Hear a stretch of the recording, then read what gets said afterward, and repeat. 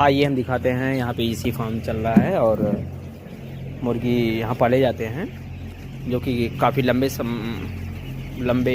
Farm के development किया गया है, जो कि अच्छा इसी फार्म है। और फार्म हाउस पर यहाँ एक सुपरवाइज़र साहब हैं, जिनसे हम बात करवाते हैं कि इनको पालने में क्या क्या कैसे कैसे खर्चा होता है, कैसे रख रखाव किया जाता है और कितने लोगों में यहाँ पे ज़रूरत होती है, कितना इनका इनकम होता है। आइए हम बात करवाते हैं सुपरवाइज़र साहब से। लीजिए। हाँ सुपरवाइज़र साहब बताइए। नमस्कार।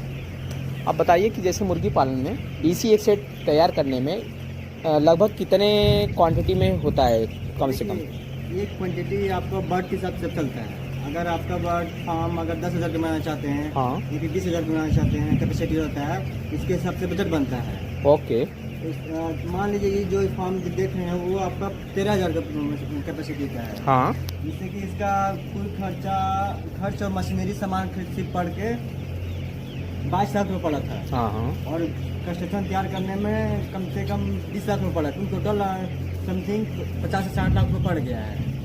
और इसमें काफ़ी ये बात हाँ ठीक है, 50-60 लाख रुपए के इसमें कॉस्टिंग पड़ जाता है, लेकिन इनकम कितना महीने का हो जाता होगा लगभग? जब ये लॉट निकलता है तो एसी फार्म में क्या होता है कि इसका जो वेट होता है बढ़िया होता है, डबल 2 गुना बच्चा पड़ता है। इसी कारण कमाई थोड़ा अच्छा होता है। मान लीजिए 13,000 का सेट है, कम से कम एक लोट में 6 से 6.5 लाख रुपया आपका निकल जाएगा।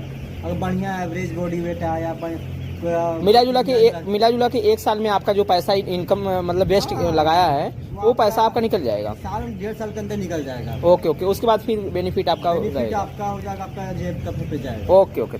धन्यवाद इतना जानकारी देने के लिए। धन्यवाद। ठीक हो।